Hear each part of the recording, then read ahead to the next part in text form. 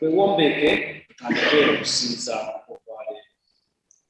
Mukama Katonda omulungi okukwasa akaseera kano, Mukama kukwasa obudde abaddubu, kukwasa buli kinoomu ali wano. Era Mukama tuleeta mu maaso bannaffe bali ewala abatwegattidde ku mutimbagano, abo tubaleeta mu mikono gyo.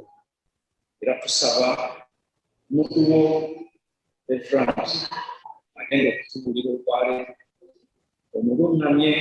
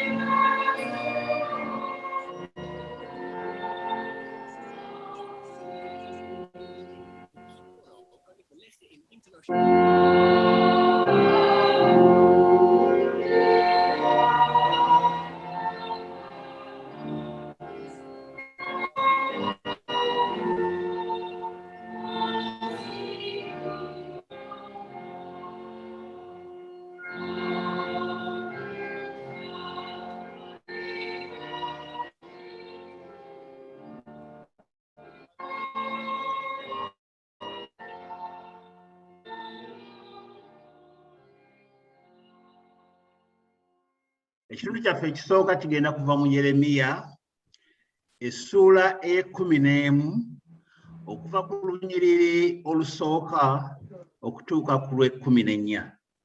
Abalina Bayibuli ez'Oluzungu, Jeremiah chapter 11 verse 1 to 14. Ekigambo ekyajja eri Yeremiya nga kiva eri Mukama, muwulire ebigambo by'endagaano eno, era oyogere n'abasajja ba Yuda nti nabo bw'ati bw'ayogera Mukama Katonda wa Isirayiri.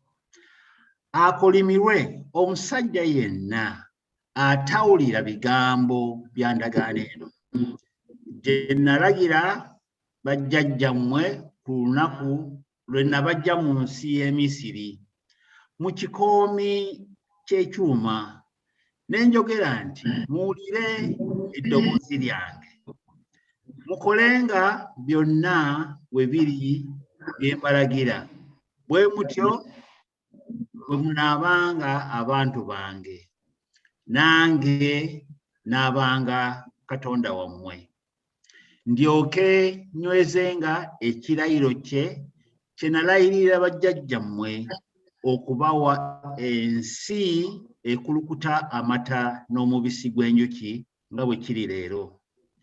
Awo ne ndyoka nzirawo ne njogera nti amiina ayi Mukama.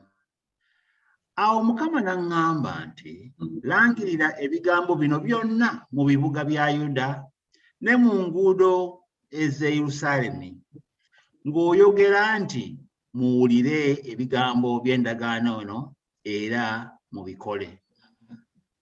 Kubanga nalabulira ddala bajjajjammwe olunaku lwe nabajja mu nsi y'e Misiri ne mbalabula obutasalako n'okutuusa leero nga njogera nti mugondere eddoboozi lyange naye ne batagonda so ne bateeka kutu kwabwe naye ne batambulira buli muntu mu bukakanyavu bw'omutima gwabwe omubi kyenava mbaleetako ebigambo byonna eby'endagaano eno gye nabalagira okukolanga naye ne batabikola. Awo Mukama n'aŋŋamba nti waliwo okwegobaana mu basajja ba Yuda ne mu abo ababeera mu Yerusaalemi bakyuse okudda mu butali butuukirivu bwa bajjajjaabwe abaagaana okuwulira ebigambo byange era bagoberedde bakatonda abalala okubaweerezanga ennyumba ya Isirayiri n'ennyumba ya Yuda bamenye endagaano yange gye nabalagira ne bajjajjaabwe. N'olwekyo bw'ayogera Mukama nti laba baleetako obubi obutaliyinza kuwona era balinkaabirira naye siribawuliriza. Awo ebibuga bya Yuda nabo abaali mu Yerusaalemi baligenda ne bakaabira bakatonda be beetoolooze obubaane naye tebasobola n'akamu kubalokola mu biro mwe balabira ennaku. Bakatonda bammwe bafuuse bangi nga ebibuga byammwe bwe byenkana obungi. Ayi Yuda, era n'enguudo zammwe ez'e Yerusaalemi bwe zenkana obungi. Bwe mutyo bwe muzimbye ebyoto ku kintu ekikwasa ensonyi, ebyoto eby'okwetooloozangako obubaane eri Baali. Kale ggwe tosabiranga bantu abo era tobayimusirizanga kukaaba newankubadde okusaba ku lwabwe, kubanga siribawuliriza mu biro mwe balirabira ennaku. Ekitundu kyaffe ekisoose kikomyawo. Mukama abeere nammwe. Zabbuli eya 53. Omusirusiru ayogedde mu mutima gwe nti tewali Katonda. Bavunze, bakoze obubi obw'omuzizo, tewali akola bulungi. Katonda yatunula ku baana b'abantu ng'ayima mu ggulu, alabe nga waliwo abategeera, abanoonya Katonda. Buli muntu mu abo azza ennyuma, bonna bagwagowadde wamu. Tewali akola bulungi, tewali n'omu. Abakola obubi tebalina magezi, abakola obubi obubi tebalina magezi? Abali abantu bange nga bwe bali emmere ne batakaabira Katonda. Awatali kyakutya we batiire ennyo, kubanga Katonda asaasaanyizza amagumba g'oyo okukola olusiisira. Abakwasizza ensonyi kubanga Katonda yabagoba. Singa obulokovu bwa Isirayiri bulabise nga abaanyagibwa, Yakobo n'alyoka asanyuka, Isirayiri erijaguza. Ekitundu ekyokubiri kivudde mu Baluumi essula e13 n'okutandikira ku lunyiriri olusooka. Abaluumi 13 okutandikirira ku lunyiriri olusooka. Buli muntu awulirenga abakulu abafuga, kubanga tewali bukulu butava eri Katonda. N'abakulu abaliwo balagirwa Katonda. Awakanya obukulu kyava awakanya okulagira kwa Katonda. Era abawakana balyezzaako omusango gwo bokka. Kubanga abafuga si bakutiisa mu kikolwa ekirungi, wabula mu kibi. Era oyagala obutatya bukulu, kola bulungi alikusiima. Kubanga ye muweereza wa Katonda eri ggwe olw'obulungi. Naye bw'okola obubi tya, kubanga takwatira kitala bwereere. Kubanga ye muweereza wa Katonda awala n'obusungu kw'oyo akola obubi. Kyekivudde kibagwanira okuwulira, si lwa busungu bwokka, naye ku lw'omwoyo gwammwe. Era kyemuva muwa omusolo, kubanga be baweereza ba Katonda, nga banyiikira mu mulimu ogwo.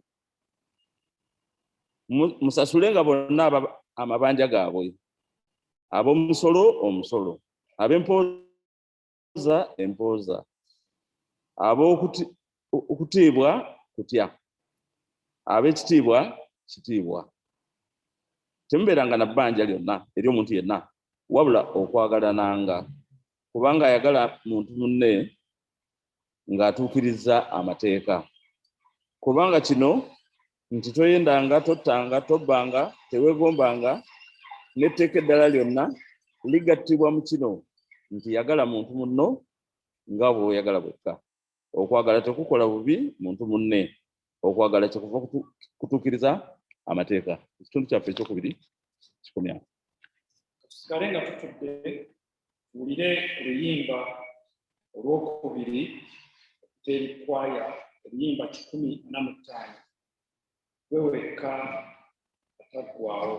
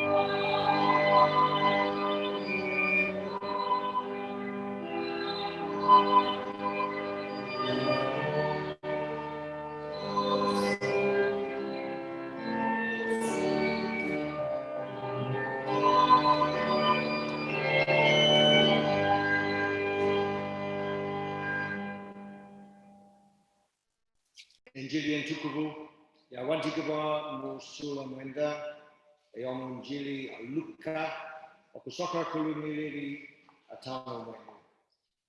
Ekitiibwa gy'oli gy'oli. Ayi Katonda. Awo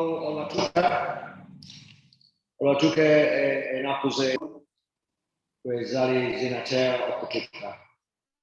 Asingira ddala ababaka mu maaso ge ne bagenda ne bayita y'Abasamaliya okumutegeera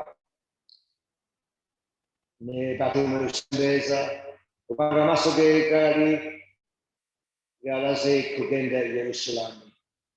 Abayigiriza Yakobo ne Yokaana bwe bagamba nti Mukama waffe oyagala tulagire omuliro bazikiriza nga Eliya bwe yakola.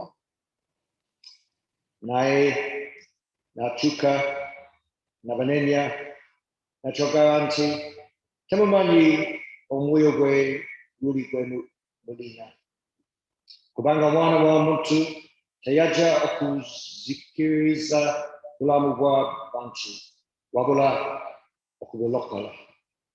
Awo ne bagenda mu mbuga endala. Awo bwe baali nga bagenda mu kkubo, omuntu n'amugamba nti nakugoberanga wonengendanga wonna.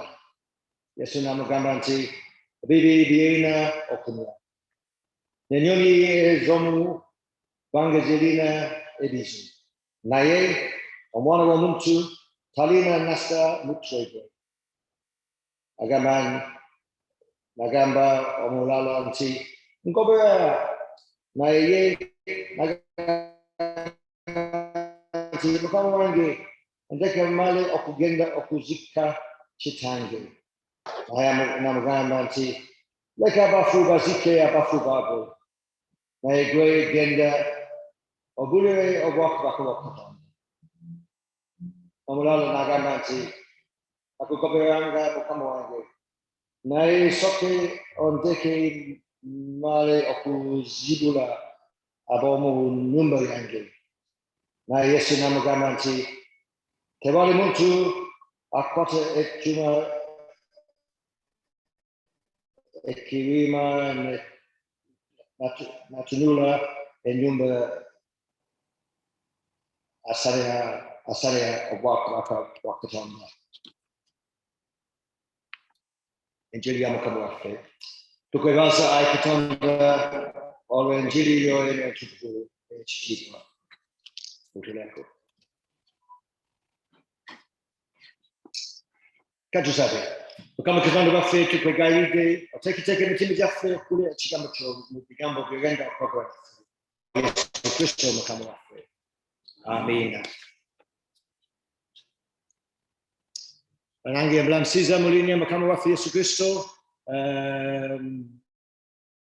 mu Kkanisa era abantu mu maka. Sanyusa nnyo okubalaba.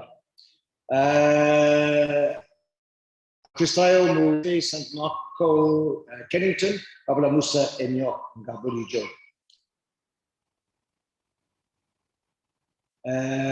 Banange tweyonge kabasaba okwongera okusabira abaluganda baffe mu Luganda. Ennaku zino nawulidde balina lockdown. Kizibu nnyo, ebizibu nnyo. We need to keep praying for our brothers and sisters in Uganda. I'm sure you also hear the news that this COVID thing is now causing them so many problems in Uganda.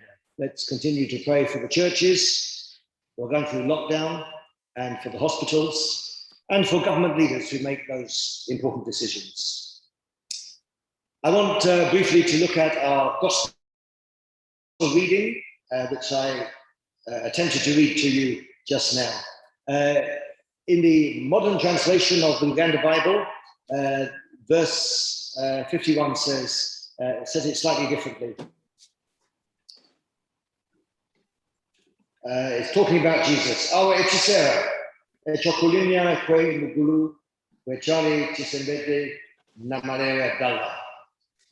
But we reach a point in the gospel where Jesus says, now I am setting my face to Jerusalem. He is very focused, very determined.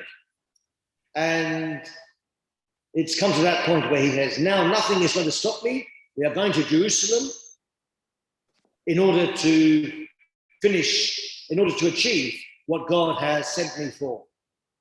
And you know how it is. When somebody is very focused, very determined, they've made a decision and they're going to do everything to make sure it happens. You see it in maybe the example of a sportsman who says, I'm going to win that Olympic gold medal. I'm going to win that competition. It requires getting up very early for training. It requires some sacrifice. And we see in a successful sportsman focus and discipline. Maybe we see the same thing in anybody who is successful, be it a businessman or some project we undertake. You can't do it half-heartedly. It needs a resolute spirit. And that's really the sense of what Luke is saying about Jesus. He has resolved. I have decided that that is where I'm headed.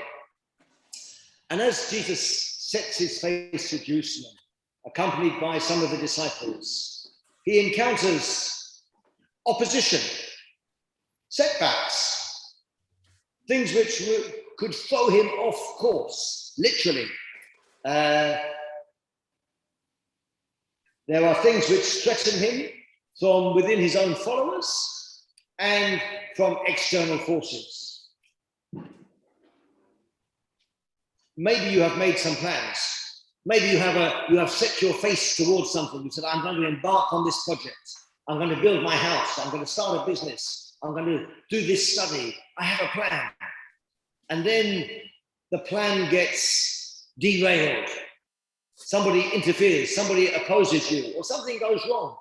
All of our plans have been affected in this last 12, 18 months by this pandemic. Something throws us off course and we either give up and fail, or we find another way. Even on a journey, I'm sure like me, you've been on many journeys where something has gone wrong, particularly traveling in East Africa. When you are driving or you're going on a bus, you know there is a bigger risk that you'll get a puncture or you'll get some mechanical problem and there'll be something to disrupt your journey. When I was thinking about that, I was reminded of one of the journeys where I had a misfortune, where we were held up for a number of hours because of one problem. I was driving from Kampala all the way to Mombasa with my family. We were going to stop in Kisumu and then in Nairobi, and the next day all the way to Mombasa. We got to Kisumu, no problem. Then we were driving to Nairobi. I know Reverend James is not here, but the problem I had was in Kenya. I have many friends who are from Kenya, but when I went through Nakuru, I don't know how many of you have been to Nakuru. It's that big town on the main road. And as I was driving through, just before we got to the town, around two people started pointing at the wheel. And my wife said, somebody is pointing at our wheel. And we thought nothing of it. And then about another 50 yards, the same thing happened. Two men, look, they were pointing at the wheel. And again, we thought, what's happening? And then another 100 yards, the same thing happened. We think, people keep pointing at our wheel. So then I stopped. I thought, let me get off to see. Let me stop to see what they are pointing at. Maybe there's some problem with the tire, with the wheel. I couldn't feel it as I was driving, but I thought all these people are telling me about some problem. So I stopped, and as I stopped, there was a man on a bottle, and he got the wheel before me. He said, there's a problem with your wheel. And there was some oil coming down, and there was oil on the ground already. And I was thinking, how do I get oil from this wheel?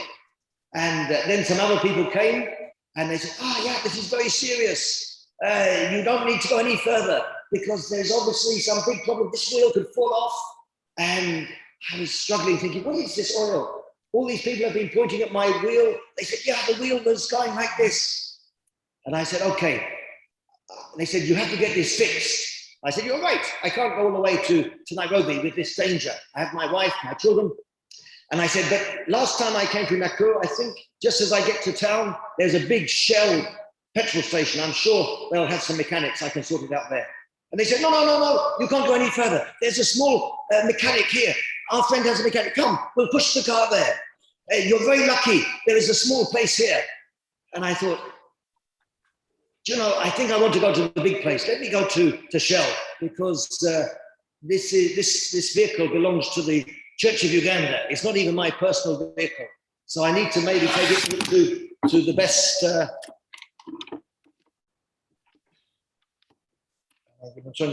I think we are there. Let me take it to the Shell place to make sure I get the best service. And they said, no, the Shell station will be closed. I said, how do you know? We're in the middle of the day. It can't be closed. They said, you don't go. Everything in town is closed because the president is coming. The president is visiting Nakuru today. You won't find anything open in Nakuru. You want to come to our small little workshop here. And I said, and my wife said, okay, it's good. They told us. Let's go here. And I said, just wait 1 minute. And I said to them, just subiri kidogo, Kiswahili kidogo. And I said, just give me 1 minute. And I said, we have been coming down this road. I haven't seen any flags. If the president was coming to Nakuru, there would be so many flags here. All the way up, there would be big signs saying, Karibu sana, I think it was President Moi at the time. And I said, do you know what, now I'm getting a funny feeling. These men may not be telling me exactly the truth, because where are the flags for the president? And my wife said, no, we shouldn't go any further. This wheel could fall off. And I said, I think we are going to risk it. It's only around 2 miles. So he said, Asante sana. They said, no. And you can't go any further. I said, Asante ni. We went very slowly. We got to the Shell garage and I drove in. We got there and the mechanic said, I said, do you know, there's some problem with this wheel. There's some oil. And they said, and they laughed. They said, it's those men up the road, isn't it? They do this to everybody. They point at the wheel. Then they said, did somebody get to the wheel before you got there? I said, yes, the man on the bicycle was there. They said, you know, he has a small bag of oil. He throws it up and then the oil's coming down before you. It's a very good trick. They have caught so many people. They said, but we can check. We can take the wheel off. We can clean up the oil. They took the wheel off. You took off the oil. There was no problem at all. And it was a very clever trick, which we almost fell for. It was only when they told me about the president coming and I realized the flags weren't there. So if ever you are in Nakuru, watch out for people pointing at the wheel. It was a big scam, which we almost fell into. And when I told some friends in Kampala, they said, that happened to somebody. He ended up paying so much money to get his car fixed. So anyway, for us, we escaped the big damage of falling into the trap that these men had set for us. But nevertheless, it delayed us by about an hour or 2 hours while I went to the Shell garage, got the wheels sorted, the oil sorted out, and then we were able to carry on. And I'm sure every one of us has some story of travel, whether it's a breakdown or whether it's some other issue where we are delayed. And there's only one thing to do, or there's two things you could do. You can either give up and go back and say, now I'm too late, I'm not going to get to my appointment, let me give up, I failed to get there. Or you just have to say, let me pick myself up, let me get the muscle, and we keep going. We are not going to be put off. These people are trying to deflect us from our course, but we have set our face to Nairobi and then on to Mombasa. Now, Jesus has set his face to Jerusalem, but Luke says that he has to go through Samaria. He has to go through some places where they are hostile. It's the Samaritans and the Jews were opposed to each other. It was tribalism or racism. And the messengers had gone on ahead to say, this Jewish man, Jesus, and James and John are coming through. They want to go to Jerusalem. And the Samaritans, they said, Jerusalem is not the right place to worship. It's not the center of our worship. And we believe we should be worshiping over here. So they were not sympathetic. They didn't do what the men in Nakuru did, which was to try and exploit and get some financial reward, but they just blocked the way. They said, you're not coming through here. Jerusalem is that way, but you're not coming here. If you want to go to Jerusalem, you'll have to make a big detour. You'll have to go a different way. And James and John are very angry by this. And they are upset because they have been treated with, it's an insult. They've been treated with disdain. They have been insulted to be told to go the long way round. You're not coming through. You're not coming through our land. And James and John said to Jesus, come on, let's strike them down with fire. Mugerwa, come on, let's strike them down with fire. They knew Jesus had power. They knew he's the miracle worker. They were slowly working out that he was from God, maybe the Son of God. And they were thinking, now, these people have insulted us. Show us your power and strike them with fire. But Jesus says, no. Jesus says, we are not going to use the power of God just for vengeance. The Son of Man has not come to judge and to destroy, but to, what was the word? To save. I'm here to bring life. So Jesus wanted to go straight to Jerusalem. He had to make a detour. But nevertheless, he was able to forgive them. And I think even as I tell that story about Nakuru, I think I have forgiven those men. I can smile about it now.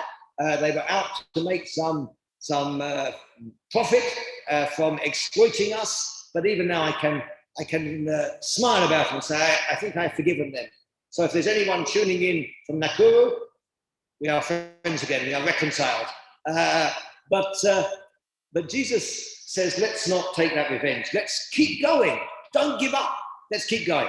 And then the story moves on. The gospel passage moved on. And there were lots of people who came to Jesus and said, Jesus, I want to follow you. I have decided to follow you. Maybe you know that song, I have decided to follow Jesus. I don't know it in Luganda, but actually in Swahili, we used to sing it when I was in Tanzania, Nimekubali kumfuata Yesu. So we've got a lot of Swahili today. And let's go back to Luganda. You probably know the song in Luganda. I have decided to follow Jesus. No turning back. But these people who came to Jesus in Luke chapter 9, there was turning back. They said, I want to follow you. I'm coming. But not yet. Not yet. I just have some other business to attend to.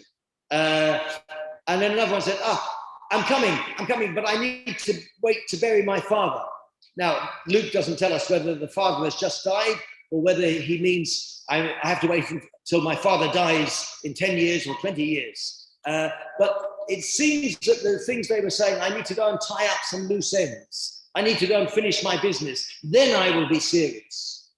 And it seems that Jesus is not sympathetic to their half-hearted discipleship, their half-hearted, half-baked decision to follow him. They're saying, I want to follow Jesus. I want to follow you, but not yet, because I still have something else. And I think I've said this before in a number of churches, that reflects how many people are today. We say we are followers of Jesus, but there is still something. There's still something I need to sort out. I'm not wholehearted because I have something else which is important. And Jesus seems to be saying, following him is the most important thing. It is the number one priority. Of course, he's not saying it's not important to bury your father or to give importance and significance to your family. But he's saying these people were almost, it was like making excuses, almost like that parable, that story Jesus told of the invitation to the great banquet, where people said, I'm coming to the banquet, but first I can't actually come now because I've just got married. And somebody else said, I just bought some cows. And they made these excuses. And it seems that these are disciples who are half-hearted. We are coming, but not yet. We are coming, but we have some other things as well. When you look at this simple story, I said Jesus is setting his face to Jerusalem. He's focused. He's resolute. He's determined. But there are maybe three things which try to throw him off course. The Samaritans, with their prejudice, their tribalism, their racism against the Jews, saying go the long way round. He's tempted to be thrown off track by his own friends, James and John, who say, let's have a fight. Let's have conflict, and we'll show them that we are superior to them. Let's bring down fire. Let's go for conflict. Let's go for confrontation. And Jesus says, no, we can step back from confrontation. We can step back from conflict. We don't need to do that. The Son of Man has come to save, not to get involved in this punch-up between the Jews and the Samaritans. And then you've got this obstacle or this challenge of the half-hearted disciples. One foot in their own business and one foot saying they want to follow Jesus. I think every time we come to church, every time we share in Holy Communion, we are challenged about our own discipleship, our own walking with Jesus. Are we resolute? Are we focused? Or are we people who have one foot in some other business and therefore are half-hearted? Are we people who are quick to get involved in conflict, like James and John wanted to get involved in confrontation, in a battle? And the opposition from the Samaritans, not opposition, but the interference with James and John saying, let's have a fight. But then these half-hearted disciples. I met somebody from Uganda recently who was telling me that they had been at Gaiaza school. I don't know if there's any Gaiaza alumni here, but I visited Gaiaza a number of times when I was in Uganda. And every Gaiaza girl knows the school motto. If you're not an alumnus of that, an old girl of that school, the motto of that school is well known in Uganda. The motto is simply, never give up, never give up. And there are generations of Ugandan women who have gone through Gaiaza with those words in their head, never give up. But it's not just for Gaiaza, it's for all of us, and especially the followers of Jesus, especially the church. There will be things which set us back. There will be opposition. There will be people who are directly confrontation, like the Samaritans who say, you're not doing this. There will be people who want to draw us into conflict, like James and John. And there will be people who are unreliable, like those half-hearted disciples who say, I want to follow Jesus, but not yet. Never give up. But the reason we say never give up is because of the promises of God. As we share in Holy Communion together today, the message of communion is that God is committed to you. God is committed to me. He has shown us how much he loves us by sending Jesus. And as we take the body and blood of Jesus, it's a way of saying, it's a way of us remembering, God is for me. And because he is for me, that's how I find the strength to never give up. Mukama abere amen. Tulokoke twatule zikiriza Katonda omu kitaffe ayinza byonna, omutonzi w'eggulu n'ensi, era ow'ebintu byonna ebirabika n'ebitalabika, era ne Mukama waffe omu Yesu Kristo, omwana eyazaalibwa omu yekka Katonda, eyazaalibwa kitaawe ensi zonna tennamu. Katonda ava mu Katonda, omusana oguva mu musana, Katonda ava mu Katonda ddala, eyazaalibwa teyatondebwa, ali ye Katonda, ye yava mu ggulu n'akka lwaffe abantu zibaffe, kuba Omwoyo Omutukuvu n'afuuka omuntu, n'akomererwa ku musaalaba mu Ntebe gya Pontiyo Piraato, n'attibwa, n'aziikibwa, ku lunaku olwokusatu n'azuukira mu bafu, n'agenda mu ggulu, era atudde ku mukono ogwa ddyo wa Katonda Kitaffe Ayinza, era alivaayo okukomawo okusala omusango gw'abalamu n'abafu. Era nzikiriza Omwoyo Omutukuvu ava mu Kitaffe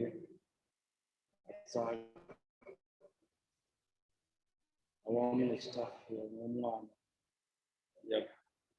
Nzikiriza n'Ekkanisa emu ey'abantu bonna, era ebuna wonna, era ey'abatume, njatulo. Amiina. ebifo byaffe tufune okwegayirira.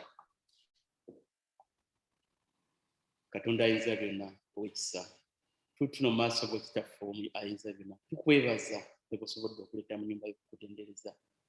Ne bannaffe bonna abali mu mawanga ag'enjawulo, abali awaka, buli muntu yenna mu mbeera yonna gy'ayitamu Mukama, tukwebaza nti oli kabaka, oli wa kisa, oli wa ttendo, oba otyawadde ekisa okugulumiza n'okukoowoola erinnya lyo. Tugamba nti obulamuzi bw'otenderezebwe kubanga osaanidde. Taata, tujja mu maaso go si lwakuba ntusaanidde. Tulina bingi ebitunafuwaza mu mitima gyaffe ebitatuukiridde mu maaso go. Tusaba okusonyiyibwa era otukomyewo mu kkubo, tusobole okukulaba n'okwetegereza.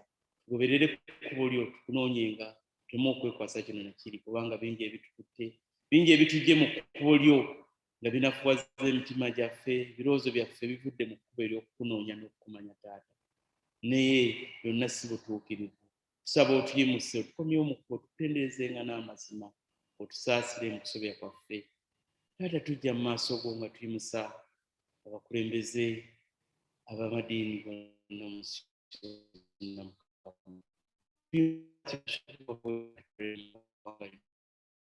Mukama nga tumuwaayo n'abalabirizi bonna mu ggwanga lino, tuwaayo abasumba bonna mu ggwanga lino, n'okusinga ennyo tuwaayo abasumba b'obusomo nga tuyimusa Rev'd James, musumba w'ekkanisa eno, tuyimusa Rev'd Coulson Mugerwa webatutwala mu kusaba mu kkanisa eno. Tubawayo mikono, tubassa mikono gyo Mukama, obalungamye bowa amagezi ag'okutegeera Mukama, twerabidde mu ggwanga mwe tuva Mukama. Batuyimusa Archbishop Stephen Kazimba Mugalu n'abalabizi bonna bakola nabo okugeza kulunda endiga mu ggwanga lyaffe Mukama, tubayimusa nga tubaleeta mu maaso go n'abasumba bonna baweereza nabo Mukama. Tusitula akakiiko k'ekkanisa akafuga ekkanisa mu ggwanga mu kkanisa yaffe eno Mukama, tubawaayo bawulungamye byonna bye bakola okulaba ng'ekkanisa eno etambula egenda mu maaso Mukama. Mukama, tuleeta abafuzi mu ggwanga lino Mukama, tuwaayo n'abakyala, tumukwasa mu mikono gyo ku mbeera yonna gy'ayita Mukama. Embeera tetwetaaga gyogerako Mukama okumanya, naye tusaba omuyimuse Katikkiro atwala eggwanga lino ne bakola nabo Mukama, tubassa mu mikono gyo, bawa amagezi ag'okutegeera okulungamya eggwanga lino okugenda mu maaso Mukama. Tuwaayo eggwanga lyaffe Uganda, tulisabira, tuwaayo abakulembeze abalitwala Mukama, wagamba gw'olonda abakulembeze, tusaba obawa omukisa, bawa amagezi ag'okutegeera okulungamya eggwanga lyaffe olitwala mu maaso Mukama. Mukama, tujja mu maaso go olunaku luno lwa bataata Mukama, olunaku luno lwa taata, tubawaayo mu mikono gyo Mukama, omanyi ebizibu bataata bye bayitamu, nga bataata omutwe gw'amaka. Tuba tusabira taata, tuba tusabira n'amaka gonna Mukama. Tuleeta bataata mu ggwanga lino Mukama, ne bataata mu nsi yonna gye bali, tubayimusa nga tubassa mu mikono gyo Mukama. Bataata bangi bakoze nga bataata, naye nga byonna Mukama obimanyi. Twebaza abo bawadde ekisa okukiriza obuvunaanyizibwa bwabwe bataata, okulungamya abantu babawala be baleeta mu nsi muno, okubalabirira, okutuusa obuvunaanyizibwa bwabwe. Abamu tebakoze si lwakuba nti emitima tegyagala Mukama, naye nga olw'obunafu n'ensi nga gye tubeyita Mukama, tusaba oyimuse obole omukono gwo ku bataata bonna gye bali Mukama, obalungamye obawe okudda mu buvunaanyizibwa bwabwe mu n'ebbuko lyabwe. Mukama, bateekeko omukono balumba nga bateeka kubanga bagamba nti bwe musana gw'ensi, bwe famire bwetandika ng'erino ekitangaala Mukama, taata be baleeta ekitangaala mu famire Mukama. Tusaba bateekeko omukisa, balabe amagezi go, obawe emirimu abatagiina, abalwadde obayimuse. Mukama, tuyimusa bamaama ababeera bataata mu maka go, tubawaayo nabo nga tubasabira okubeera kwabwe okubeera okw'amazima, okubeera okw'amagezi. Tubasabira byonna bye bayitamu Mukama, obalungamye bakuume, bateekeko omukono gwo ogw'ekisa Mukama. Taata, tujja mu maaso go nga famire nga bwe njogeddeko okuva ku mutu gwa taata maama, nga tulina okusoomozebwa Mukama, tuyimusa abaana baffe Mukama. Mu ggwanga lino ne mu nsi yonna Mukama, buli muzadde waayita Mukama ng'alina okusoomozebwa olw'abaana, kusinziira buli omu mu myaka gy'ali bayita Mukama. Naye gwe Mukama gwe yatuwa abaana ng'ekirabo ekyokusanyusa abazadde, ekirabo eky'amaka, era nga ekkanisa yo ey'enkya Mukama, tubassa mu mikono gyo Mukama. Bateekeko olukomera Mukama, bakuume Mukama, bajjanjabe Mukama, bawe okulaba, bawe amagezi ag'okusooka okukumanya, kubanga tukkiriza nti Mukama abaana bano bwe bamanya Katonda ebintu byonna ebyensi bijja kutereera Taata. Tubaleeta mu mikono gyo, oba tukwatireko, oba tuwumbire Mukama ensinga ebasasamaza naye gwe obakomyewo mu Kkanisa yo Mukama, sobole okuba n'Ekkanisa ey'enkya, sobole okuba n'ensi ey'enkya Mukama. Mukama twongere okujja mu maaso go nga twegayirira Mukama, nga abantu ensi erumbiddwa obulwadde Mukama, tuwogerako byonna obimanyi. Mugamba nti byonna byaffe Mukama tunasumula abaabimanyi Mukama, ng'obulwadde wano wetuli abantu bangi balwadde Mukama, bali malwaliro, abantu bali mu maka gaabwe bayita mu kusomozebwa okw'enjawulo olw'okulwadde obajja Mukama, naye nga otugamba nti tulina kiddukiro okujjako okuddukira eri ggwe. Saa Mukama ogolole obujjanjabi abantu bonna, buli muntu mu mbeera gy'ayitamu obayimuse Mukama, obazzeemu essuubi, obalage nti okyafuga nti era gwe Mukama ayinza byonna Mukama. Tukoowoola tukwegayirira mu kiseera kino eky'okunyigirizibwa olw'obulwadde Mukama, nga watuwa abasawo bangi naye weegulumiza n'olaga nti omukono gwo ogw'amaanyi gukyayinza okukola. Tukoowoola oyongere okujjanjaba Mukama, kubanga abasawo tebagasizza mu mbeera gye tuyitamu Mukama, okuggyako ggwe nga gwe kiddukiro kyaffe Mukama. Tukwegayirira tujjanjabe Mukama, tuwonye Mukama, otukomyewo Mukama. Tujja nga bw'olaba ekibiina kino ekikuŋŋaanye wano Mukama, nga buli muntu ali wano n'abali eka n'abali mu nsi zonna Mukama, eggwanga lyaffe Uganda Mukama, tufukamidde ku mavivi nga tulireeta mu maaso go Mukama, nga lirumbiddwa omulabe obulwadde nga buzze mu ggwanga lyaffe. Twali tubuwulira naye nga kati tutandise okulabira ddala nti Mukama omulabe atuuse kuki mu ggwanga lyaffe Mukama. Tubayimusa, tebalina bujjanjabi, tebalina byakulya, abalwadde tebalina wadde kasobola, tebalina muyambi Mukama okujjako okutunuulira Mukama. Tuyimuse eggwanga Uganda Mukama, bangi bafudde Mukama, famire ziri mu kukaaba Mukama, abantu balina we baddukira amalwaliro tegaliimu ddagala, buli kimu kyonna Mukama. Tusaba obujjanjabi obuwonye Mukama, omukono gw'otukkiriza ogwawonya abaana ba Isirayiri mu Misiri Mukama gukyasobola okuwonya ensi Mukama. Tusaba owonye, tusaba Mukama Mukama, tusaba oleetukwagala, tukula amaaso go Mukama, owonye Mukama. Tuyimusa bonna beetaaga Mukama, bangi nnyo bali mu nsi eno nga beetaaga, tebasobola kujja mu Kkanisa naye nga tumanyi ebyetaago byabwe tumanyi. Tusaba obalo, tuwayo abasiba bali makomera, tuwayo buli muntu buli mbeera ye Mukama. Mu kiseera kyo twagala okwegayirira nga njagala buli muntu yenna ayisa omutima gwe ddakiika 2 lwemu awo yayogere Mukama, amajulire ebizibu bye Mukama, kubanga eddoboozi lyaffe Mukama yatuwa omukisa timunkowoole nga bwe nkyayinza okulabika Mukama. Tukowoola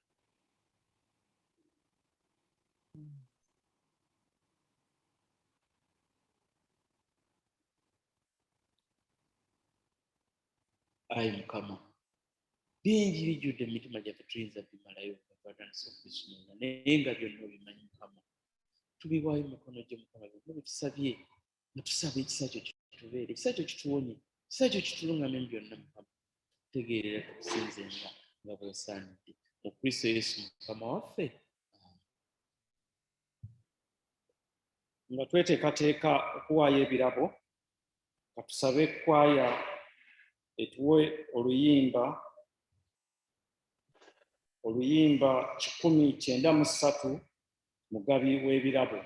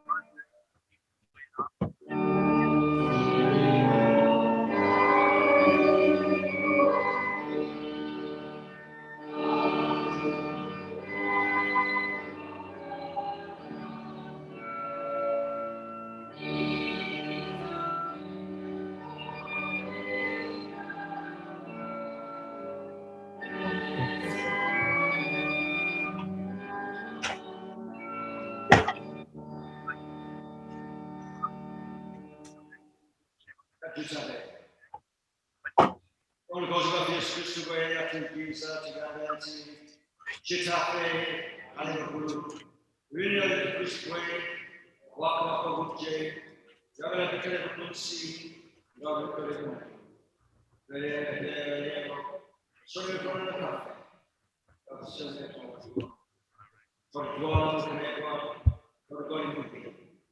Waka, Noginza, Nechtigua, Video, and Rendi. Webasama kama kwa imani yange, nione vile Mungu yange. Webasama vile tukufu, webasama kama kwa imani yange, sote wanapenda kumshika. Sorry, I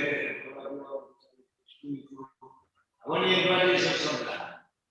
Lula Okwaliwo, Obubuka Ebyoka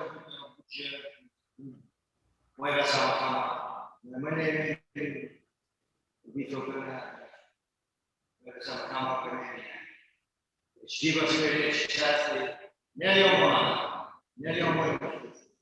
Ramacharya, Chiriba Kakano, Chiriba, and Lenny. Come and see your Taata, the Kkanisa Dala Mumasima, Bango, Kkanisa, Okusaba, Rev'd, Omubulizi, no to people. Never even where we are when the routine on the side of mine, because of the Jesus. Also to the gates of what you Ekkanisa, and I got to be true. We got to one, we go of one. She said, it's about to go on Ekkanisa. And got to the second Okusaba, and go to the Omubulizi, Okufa, Omulamwa, Omugerwa, I took up the watch of the Chisacho, Tunike, Okubera, Utuku, to look at the power and Lungi, they want to take the tumbling out, of the tumbling out by Christmas. Away, along, she got on and attended Yona in the envy. Amen. She got to the see, she said, to Kkanisa, to Kusuta, to Sinza, to Gurisa, and the Chico Church. I am not a I am yes, Christ. I am not when we go. Java didn't see, where Java didn't see. We saw Okusaba, where to the group of Rather, where I Christo, ey'Obusatu, Amen. Then just another single together. You come in the young man, you come on no Jesus Christ, come down to go now. Chitafe, no mana, no one. You very come back. The land of the Wako and the land limit. Amen. Saba okutwala omukisa guno okubaaniriza ennyumba ya Mukama akawungezi ka leero abali mu Kkanisa awamu n'abali ku mutimbagano mwebale okwetaba awamu mu kusinza n'okutendereza Mukama. Mukama mulungi.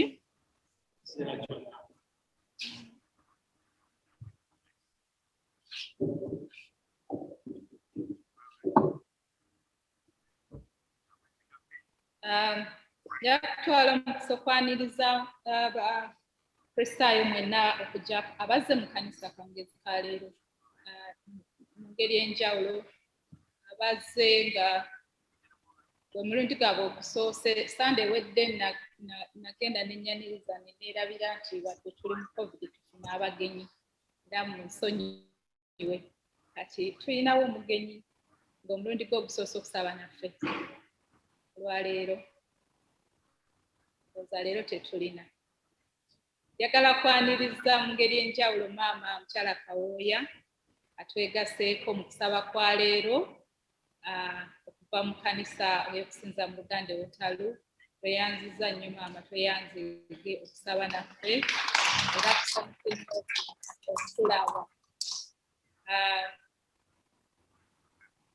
Njagala okutwala omukisa guno okwebaza bataata abatutegekedde okusaba. Sande ewedde tetwasobola kubeera abataata be bategese olw'ebikolwa byali bingi mu saaviisi eyo ne bakkiriza nti olwaleero bagenda kubanga be bali mu mitambo. Tweyanziza nnyo tweyanzeege bataata era bantegeezezza nti baabategekedde ekijjulo ebiweweera mu hoola entono bwe tuva wano mu kusaba ffenna tugende mu hoola entono ate tusisinkane tunyumyemu nabo. Saasira abalwadde abali mu masekkati gaffe abamu bajja kuba tebasobodde nakujja mu kkanisa abali eka. Buli omu yenna ayisa mu kulumizibwa okw'enjawulo. Twongera okusaba Mukama ajjanjabe abantu baffe mu ngeri enjawulo, okusabira abalwadde be tulina eka e Uganda. Simanyi oba ku ffenna waliwo atakwatiddwako, naye buli lunaku owulira okuluma okw'enjawulo, ebintu bingi nnyo ebibulamu eka, abantu bali mu bulumi bwe batasobola kweyamba. N'olwekyo twongere okusaba ennyo, okusabira eka abantu baffe abalwadde. Twebaza Mukama nti waliwo abawonye abalwadde ekirwadde kino ne bakiwona. Tumanyi nti asobola Mukama okuwonya n'abalala. Tusabe nnyo. Tufiiriddwa abantu bangi nnyo ngeri y'emu, naddala eka. Ntuusa okusaasira kwange eri buli omu ku ffe. Kaakati ekigambo kitalo tekikyayina makulu, sikyasobola nakikozesa bantu banna ekitalo abafiiriddwa. Kuba kati oluusi ogenda n'osaba mu mbejja abadde ambulira mu famire yaabwe yokka abantu 4 mu wiiki emu. Kati obituusa mugamba nga kitalo. Ebigambo byonna tubikwasa Mukama bannange. Okunyolwa kungi nnyo nnyo. Mwategedde nti Mukristo munaffe mukyala wa Lusimbi bazzemu ne bafiirwa omuntu omulala mu kaseera akatono ennyo mu sisita waabwe. Twabeeranga nnyo naye wano bwe yali abeera mu East London, naye n'amuvinga n'agenda mu America byafiiridde. Okusaba Mukama, tulina okuwola Mukama nga tutakikolangako. Nzijjukira mu lockdown eyasooka twalina enkola nga tugira akangezi ne twekola mu Zoom za kusaba busabi. Ne tusaba ne tukowoola Mukama ne tumukaabirira. Ndowooza akalembereza tukalaba. Mukama alina engeri gy'atusaasiddemu. Tubadde n'ebitukubye bingi naye atusaasidde. Ndowooza tuddemu okukowoola Mukama bannange mu ngeri eyo olw'abantu baffe eka naddala e Uganda.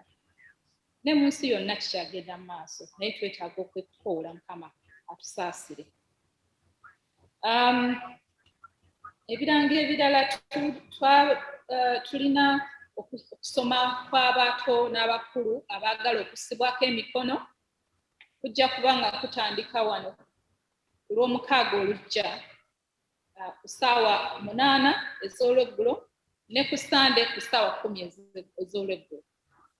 The confirmation classes. Abawaayo amannya gaabwe eri Rev'd ajja kuba abatuukirira directly okubabuulira oba agenda session kugikolera ku Zoom ajja kuba neya Zoom n'eri live okusinziira ku bazadde endooza feedback gye banaaba bamuwadde.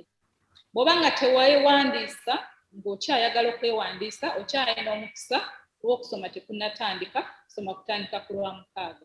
N'olwekyo bw'oba ng'okyali eyo ng'olina omwana oba omukulu oyagala okusoma okusibwako, mwewandiise nga bukyali okusoma kutandika ku Lwamukaaga. Saavisi y'okusibwako emikono egenda kubeera ya Croydon Dinale yonna, naye ng'egenda kubeera hosted wano mu St Jude. Tulina omukisa nti Bishop Jonathan, Bishop of Croydon, ajja kujja wano okusaako abaana emikono ennaku z'omwezi 24 mwezi gwa July, omwezi ogujja. N'olwekyo okuteekateeka kuno kw'abaana kumpi, tusaba abazadde babe ng'abaana babaleeta babateeka mu sessions z'okutendekebwa obutamiisinga, obutasubwa. Ekirala nti tulina enteekateeka twagyogerako katono kati eri official. Tujja kubeera nga bwe mmanyi tetwafuna mpika za wedde yaffe, tetwagenda olw'embeera eriwo kati, naye nga ate tukkirizibwa okugenda outdoors kati okukola naddala ebyemizannyo. N'olwekyo twafunamu okuteesa nti tujja kubaawo ne sports day mu kifo ky'okugenda awe. So enteekateeka zigenda maaso, tujja kuba tuli ku kisaawe kya Gonville, essomero lyaffe ery'omu parish liri awo ku endi y'ekkanisa yaffe. Bajja kutuwa ekisaawe wetujja okukolera emizannyo gyonna sports ze muyinza okulowoozaako. Tulowooza nti ekiseera kye tulimu fitness kintu kikulu nnyo mu bulamu bwaffe. Kati kino kituyamba tuteekateeka tutandike kati. Gendanga ng'ojogingamu olweggulo, odduke, genda mu paaka odduke, weetegekere ttiimu yo okuwangula. Kakati ebikopo byaffe bye tutaaga omwaka oguwedde, olw'okubanga tetwasaba mu ngeri yonna, bijja kuba bigabibwa ku olwo okusinziira ku buwanguzi bwa sports day n'ebirala ebitono ebyetusobodde okukola mu lockdown. So competition ya ddala, teams zonna zisabiddwa okweteekateeka. Waliwo okutwala ekikopo nga ttiimu yekitutte, waliyo okubaka, waliyo okwepena, waliyo n'okutambula. Tewali buli muzannyo gwonna gujja kubaayo, n'okunyumirwa kujja kubaayo. N'olwekyo buli omu ajja kuba alina asobola okwetabako mu kintu ekimu oba ekirala. Tusaba bamaama muteeketeeka abaana baffe tebafunye nnyo bintu mu mbeera eno gye tulimu ebaleeta wamu nabo kuddamu ku miitinga nako tuzannya na bannaabwe. Olunaku olwo lujja kuba lulungi, bajja kufuna ebintu nga egg, spoon race, sack race, ebintu ebitono ebisanyusa abaana basobole okubeera nga beetabamu. Tusaba ekintu kino kiwomemu omutwe bamaama, era ne races zinaaba zitegekebwa zijja kuba nga zirowooza nnyo ku bamaama, kyemuva mulaba waliyo okwepe. Tujja kuddamu okusaba wano mu kkanisa ng'ennaku z'omwezi 18 omwezi ogujja, okubajjukiza tusaba buli Sande 2 esembayo mu mwezi. So service eddako ya 18 July n'esembayo ya 25 July. Eya 18 July ekulemberwa ttiimu Lukka. Olwekyo ttiimu Lukka mukyalina obudde bungi nnyo, naye mubukozese bulungi, mututeekereteekere service eyo, tuginyumirwe, tugyeyagaliremu, tubeesunga. Eya 25 egenda kutegekebwa ttiimu Yokana.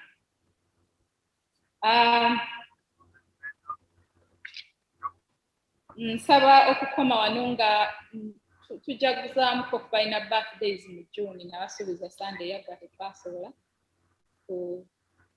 kwebaza Mukama olwa June birthdays. So if your birthday is in June, in a day in June, the whole of June, twagala kwebaza Mukama olw'amazaalibwa go.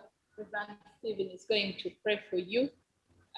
So on that note, as you come to celebrate the June birthdays, take this opportunity to thank Reverend Stephen tweyanziza nnyo Reverend, tweyanzeege nga bwe tugamba eri ewa muzima ow'enkajja ow'ennakatu ow'entamu enjalirire, tweyanziza nnyo, tweyanzeege esebo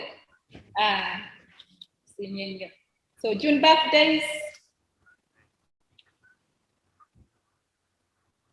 Naalongo oyo birthday mate wange, nange gyendi jangu Naalongo amatwe eyagaleko ne Mukama atutuusizza mu June ono. Oli June eyaggoloza twali tumanyi nti tunatuuka mu tumwebaze Mukama bannange.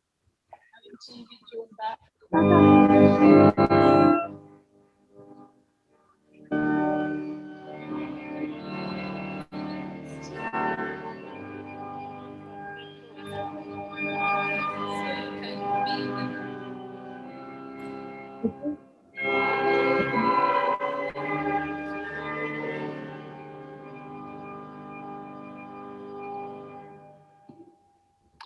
Amina.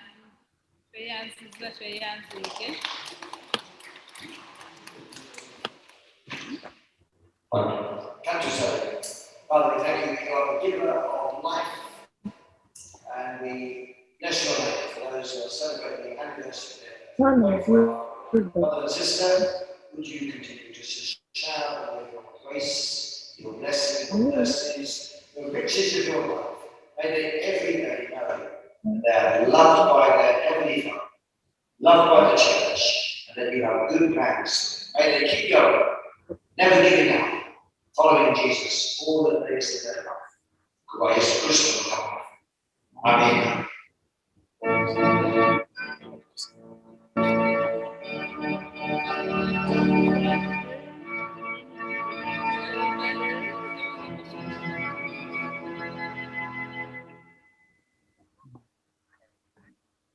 Tweyanziza bannaye tunaalabagana ku kacaayi mu holo. Kama abawo. Tusigale nga tutudde yimba oluyimba olusembayo 187 mu Mutende Yesu